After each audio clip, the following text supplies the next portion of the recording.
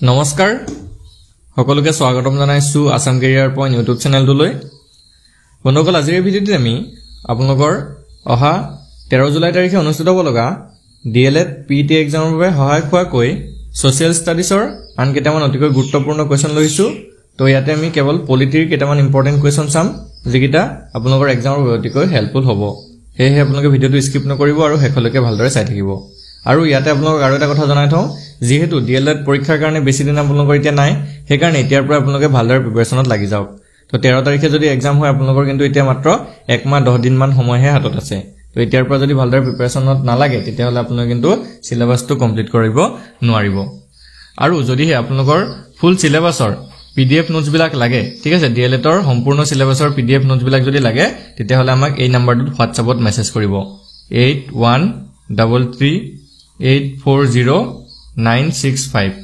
এই নম্বৰটোত আমাক WhatsAppত মেছেজ কৰি জনাই দিব যে ডিএলএডৰ সম্পূৰ্ণ নোটছ বিলাক লাগে তো কেৱল মাত্ৰ আমি 99ত ঠিক আছে কেৱল 99 টকাত আপোনালোকক সম্পূৰ্ণ সিলেবাসৰ নোটছ বিলাক দি দিম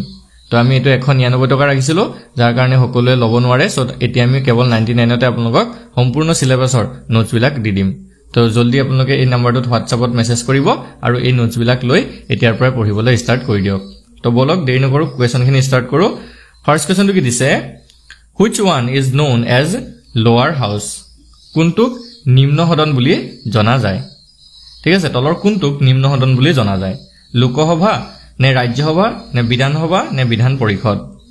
তো কোনটো হ'ব তো ইয়াৰ ভিতৰত কাৰেক্ট আনসাৰ হ'ব অপচন এ লোকসভা ঠিক আছে লোকসভাকে লোৱাৰ হাউস বা নিম্ন সদন বুলি জনা যায় next question which one of the following is not a fundamental right নিম্নলিখিত কোনটো মৌলিক অধিকাৰ নহয় ঠিক আছে কোনটো তলৰ চাৰিটা অপচনৰ ভিতৰত এটা মৌলিক অধিকাৰ নহয় সো হেতু কোনটো হয় শোষণৰ বিৰুদ্ধে অধিকাৰ সংবিধানৰ প্ৰতিকাৰ অধিকাৰ সম্পত্তিৰ অধিকাৰ নে সাংস্কৃতিক আৰু শৈক্ষিক অধিকাৰ তো কোনটো নহয় তো এটো হৈ যাব option C right to property অৰ্থাৎ যেটো সম্পত্তিৰ অধিকাৰ হেতু মৌলিক অধিকাৰৰ পৰা বঞ্চিত কৰা হৈছে বাকি আটাই কিটা বাকি তিনটা কিন্তু মৌলিক অধিকাৰৰ ভিতৰত পৰে নেক্সট কোৱেশ্চন টু চাওক under The Panchayati Raj system Gram Sabha consists of Panchayati Raj ব্যৱস্থাৰ অধীনত গ্ৰাম সভা কাৰ দ্বাৰা গঠিত হয় ঠিক আছে গ্ৰাম যেটো সভা আছে বা গ্ৰাম্য সভা হেতু কাৰ দ্বাৰা গঠিত হয় আমাকে ইয়াত সুধিছে তো কোনটো অপচন কাৰেক্ট হ'ব ইয়াৰ ভিতৰতে এটো হ'ব option B persons who registered in the electoral rolls relating to a village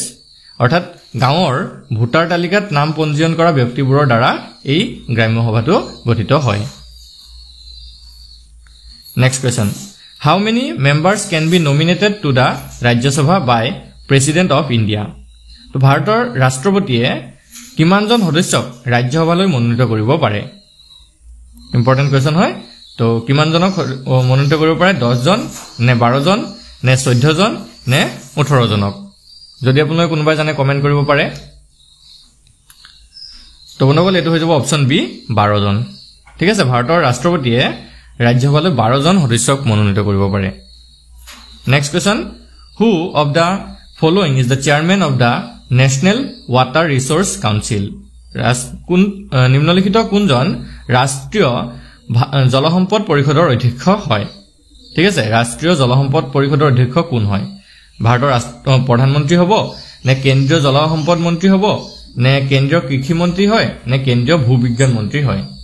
so কোনটো কাৰেক্ট হ'ব এটো হৈ যাব option A prime minister of India ঠিক আছে অৰ্থাৎ ভাৰতৰ প্ৰধানমন্ত্ৰী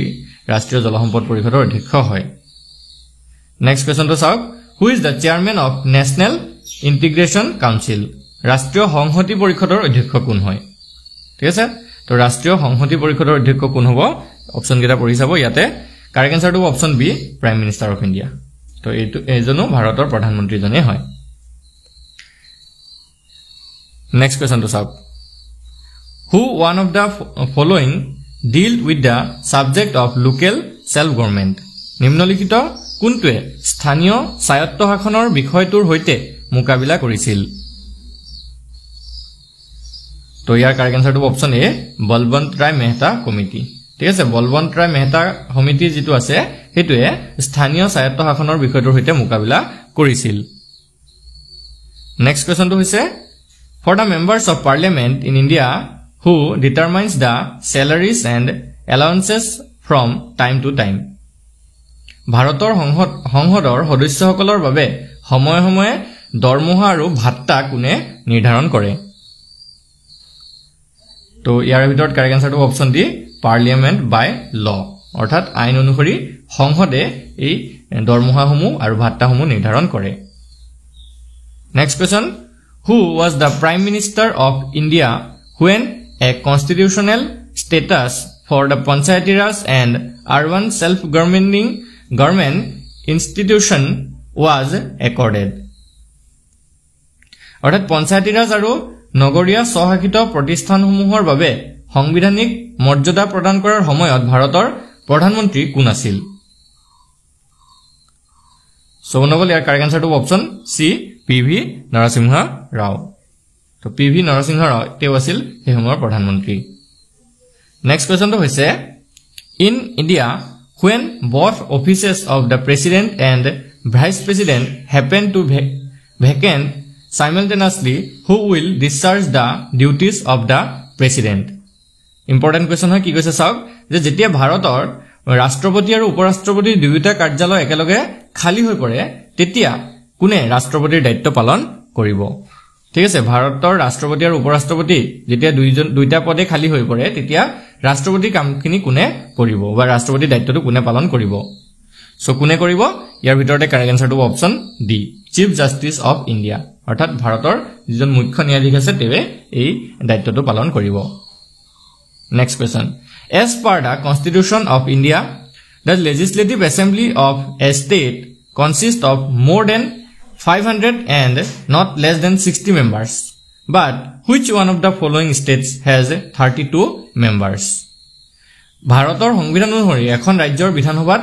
500তকৈ অধিক আৰু 60 জনতকৈ কম সদস্য থাকিব নোৱাৰে কিন্তু নিম্নলিখিত কোনখন ৰাজ্যত 32 জন সদস্য আছে ঠিক আছে তো এই ৰাজ্যসভাৰ বিধান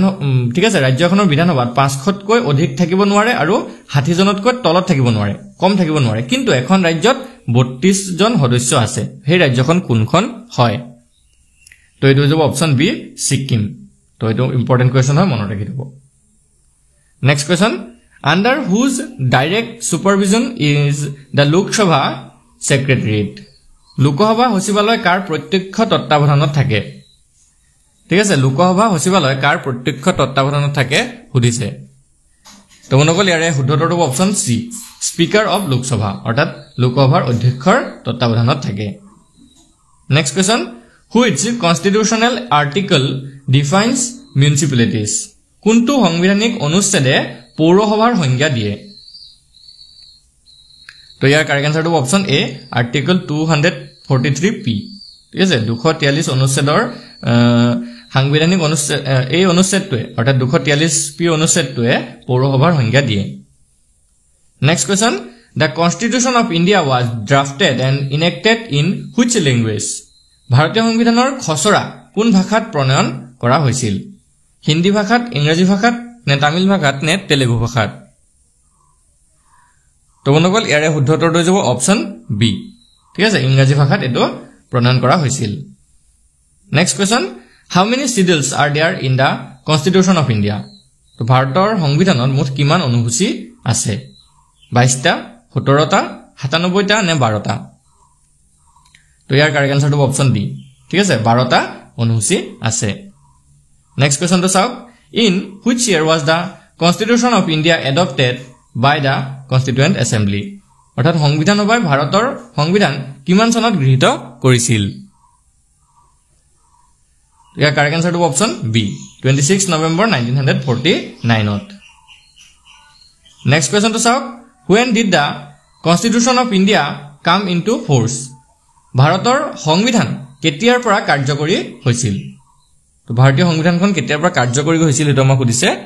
তো এইটো যাব অপচন এ 26 জানুৱাৰী 1950 তো 1950 চনৰ 26 জানুৱাৰীৰ পৰা ভাৰতৰ সংবিধানখন কাৰ্যকৰী কৰা হৈছিল নেক্সট কোৱেশ্চনটো চাওক total number of fundamental rights in the constitution of India is তো ভাৰতৰ সংবিধানত মুঠ কিমানটা মৌলিক অধিকাৰ আছে ফান্ডামেন্টাল ৰাইটস কিমানটা আছে তো ইয়াৰ শুদ্ধটো অপচন সি 6 তো ভাৰতীয় সংবিধানত 6টা মৌলিক অধিকাৰ আছে next question after the declaration of a financial emergency by the president what is the period of operation without approval by the parliament অৰ্থাৎ কি কৈছে চাওক যে ৰাষ্ট্ৰপতিৰ দ্বাৰা বিত্তীয় জৰুৰীকালীন অৱস্থা ঘোষণা কৰাৰ পাছত সংসদৰ অনুমোদন অবিহনে কাৰ্যকলাপৰ ম্যাদ কিমান হয় 3 মাহ হয় 4 মাহ 2 মাহ নে এমাহ হয় তো এটো যাব অপচন সি 2 মান্থস ঠিক আছে 2 মাহ কাৰ্যকাল হয় next question before the independence of India Dadra and Nagar Haveli were under the administrative controls of অৰ্থাৎ ভাৰতৰ স্বাধীনতাৰ আগতে দাদৰা আৰু নগৰ হাভেলি কাৰ প্ৰশাসনিক নিয়ন্ত্ৰণত আছিল ইংৰাজৰ নে ফ্ৰান্সসকলৰ নে পৰ্তুগীজসকলৰ নে আফগানসকলৰ তো এটো হৈ যাব অপচন সি পৰ্তুগীজসকলৰ নেক্সট কোৱেশ্চন তো চাওক হু among the following was first chief justice of India and assumed office on 26 January 1950 নিম্নলিখিত কোনজন ভাৰতৰ প্ৰথম মুখ্য ন্যায়াধীশ আছিল আৰু 1950 চনৰ 26 জানুৱাৰীত কাৰ্যভাৰ গ্ৰহণ কৰিছিল তো তেও কোন আছিল তেও আছিল option C Harilal Kania next question which constitutional article lays down the provision for a national commission for SC and ST কোনটো সাংবিধানিক অনুচ্ছেদত অনুসূচিত জাতি আৰু অনুসূচিত জনজাতিৰ বাবে ৰাষ্ট্ৰীয় আয়োগৰ ব্যৱস্থা নিৰ্ধাৰণ কৰা হৈছে তো এটো যাব option C article 338 next question তো চাওক which community gets special provision for central services in article 336 অনুচ্ছেদ 336 ত কোন সম্প্ৰদায়ে কেন্দ্ৰীয় সেৱাৰ বাবে বিশেষ ব্যৱস্থা লাভ কৰিছে তো নগল ইয়াৰ কাৰেক্ট আনসাৰটো option D Anglo Indian community ঠিক আছে এংলো ইণ্ডিয়ান যিসকল সম্প্ৰদায় আছে তেওঁলোকে অনুচ্ছেদ 336 ত এক বিশেষ মৰ্যাদা বা বিশেষ ব্যৱস্থা তেওঁলোকে লাভ কৰিছে next question National Commission for SC and ST shall be made by which constitutional institution কোনটো সাংবিধানিক প্ৰতিষ্ঠানৰ দ্বাৰা ৰাষ্ট্ৰীয় অনুসূচিত জাতি আৰু অনুসূচিত জনজাতি আয়োগ প্ৰস্তুত কৰা হয় তো ইয়াৰ কাৰেক্ট আনসাৰটো অপচন এ পাৰ্লিয়ামেন্ট নেক্সট কোৱেশ্চন তো চাওক under constitutional article 343 which is the official language of India সাংবিধানিক অনুচ্ছেদ 343 ৰ মতে ভাৰতৰ চৰকাৰী ভাষা কোনটো হয় তো ইয়াৰ শুদ্ধটো অপচন ডি বি এণ্ড সি দুইটা অৰ্থাৎ হিন্দী আৰু ইংৰাজী এই দুইটা ভাষা হয় যে চৰকাৰী ভাষা হিচাপে এই হিন্দী আৰু ইংলিছ দুইটাকে আমি ধৰিব পাৰো next question which constitutional article defines the panchayati raj কোনটো সাংবিধানিক অনুচ্ছেদত পঞ্চায়তী ৰাজৰ সংজ্ঞা দিয়া হৈছে The correct answer to option B 243A Next question What is the meaning of foreign state as